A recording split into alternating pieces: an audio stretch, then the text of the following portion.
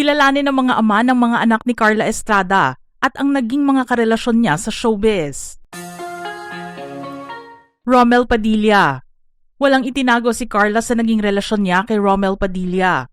Ikinuwento pa nga ng actress TV host na nagkakilala sila noong ipagmaneho niya ang kaibigang si Rufa Gutierrez para makipag-date kay Robin Padilla.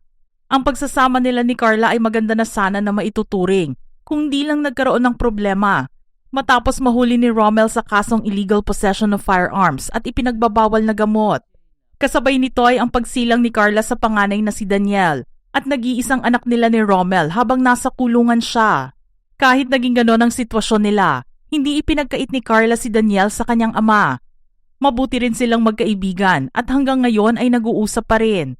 Ikinasal si Romel sa misis niya na si Annabel Antonio at nagkaroon sila ng 3 anak, sina RJ, Matt at Rowana.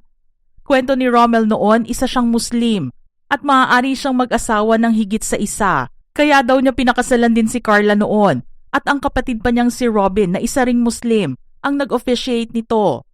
Pinasok ni Romel ang politika noong 2007 hanggang 2010 at 2016 hanggang 2019 at naging miyembro ng 1st District ng Nueva Ecija Provincial Board. Makailang ulit din siyang sumubok na makabalik sa gobyerno pero ilang beses din siyang natalo sa kanyang election campaigns. Naldi Padilla. Si Naldi ay nakilala bilang frontman at bokalista ng bandang Orient Pearl na nagpasikat sa kantang Pagsubok noong 1990s. Siya rin ang pinsan ni Senator Robin Padilla at ama ni Daniel na si Romel Padilla. Nagkaroon sila ng relasyon ni Carla noon matapos ang paghihiwalay nila ni Romel. Nagkaroon sila ni Carla ng isang anak, si Jose Carlito, na pinasok din ang mundo ng musika. Ngunit hindi nagtagal ang relasyon nila ni Carla. Hindi rin naging maganda ang paghihiwalay nila. Gayunpaman nanatili silang civil para sa kanilang nag-iisang anak.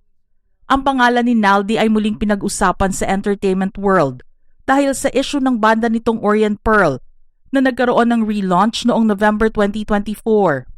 Hindi kasi niya alam na nagkaroon ito ng comeback. Sinabi niyang siya ang nagmamay-ari ng pangalan ng kanilang banda na nagsimula noong 1992 at 3 lamang silang miyembro nito. Subalit ang nakalagay sa ilang mga online reports ay ang gitarista nilang si Leo Awatin ang siyang founder nila na napag-alamang first recruit nila noon. Ang bagong lineup ng Orient Pearl ngayon ay kasama ang bagong bokalista na si Nady Maculangan ng Six Cycle Mind. Ang mga orihinal na miyembro ay ang drummer na si Richie Raimundo at bassist na si Jix Lakap na pamangkin din niya. Mike Planas. Ang dating konsehal ng Quezon City na si Mike Planas ay pinag-usapan din noon dahil sa pagkakaroon niya ng relasyon kay Carla Estrada. Nangyari ito nung mahiwalay si Mike sa una niyang asawa, ang TV personality at writer na si Pat P. Daza, na anak ng sikat na journalist na si Julie Yap Daza. Subalit ang relasyon nila ni Carla ay hindi rin nagtagal. Gayunpaman nagkaroon sila ng isang anak, ang panganay na babae ni Carla na si Maggie Ford Planas. Nanatiling maayos ang relasyon ni na Mike at Carla sa isa't isa. Noong June 2024 ay naging bahagi si Mike ng mga appointee ni President BBM at nalagay bilang Board of Directors at nahalal na PhilPost Postmaster General at CEO. Graduate siya sa University of the Philippines, American University at Asian Institute of Management. Naging consultant din siya ng United Nations Food and Agriculture Organization. Romnick Sarmenta. Sa bibig mismo ng magaling na aktor na si Romnick Sarmenta narinig ang pag-amin niya tungkol sa naging relasyon nila ni Carla Estrada noon habang nasa guesting sa Magandang Buhay noong 2017. Nagsimula ang lahat nang magkasama sila sa That's Entertainment. Pero hindi rin nagtagal ang kanilang relasyon dahil mga bata pa silang dalawa. 16 pa lang kasi noon si Carla. Nang malaman ni na Jolina at Melay ang tungkol dito, kinilig sila sa naikwento ni Romnick. Nag-reminisce din sila noon na dating mga miyembro ng Wednesday group ng That's. Sumakto naman ang pag-amin na ito sa kaarawan ni Carla. Sinabi nila na walang naging problema sa relasyon nila dahil pareho silang single noong panahong iyon. Jam Ignacio. Taong 2019 nang mabalita ang pagpasok ni Carla Estrada sa isang bagong relasyon kung saan 12 years ang age gap nilang dalawa. Itinago panandalian ang pagkakakilanlan ng kanyang boyfriend pero nagkaroon ng pagkakataon ng publiko na makilala ito nang minsan siyang maging guest sa Magandang Buhay. Pero una na siyang nakita ng mga nagpunta sa anniversary ng negosyo ni Daniel noon. Inimbitahan siya ni Carla para maging special guest niya. Sabi nga ng mga reporters na nakakita sa kanila, parehong masaya sina Carla at Jam kapag magkasama. Wala ding nakapigil sa pagkikita nilang dalawa kahit noong pandemic dahil nakapagdiwang pa sila ng kanilang first anniversary.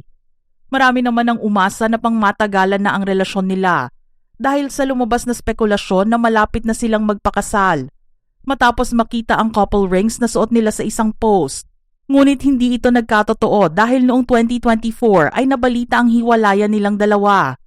Hindi naging maingay ang tungkol dito at naging low-key din ang pagtatapos ng kanilang pagsasama. Nalagay naman sa hot seat ang pangalan ni Jam Ignacio dahil sa nangyari sa fiancé niya na si DJ Jelly Au noong February 2025. Lumabas kasing nasira ang mukha nito dahil sa pananakit ni Jam, kaya rin na-call off ang nauna nilang engagement. Nagsampa na rin ang kaso si Jelly sa National Bureau of Investigation dahil sa nangyari sa kanya. Fast forward naman to December 2025, nabalitaan na lang ang pagpapatawad na ginawa ni Jelly kay Jam, kaya naman back in each other's arms ulit ang dalawa. Ang sagot nga niya sa mga bashers, kung ang Diyos daw ay nakakapagpatawad, bakit daw siya hindi niya pwedeng gawin yon, lalo na sa taong mahal niya?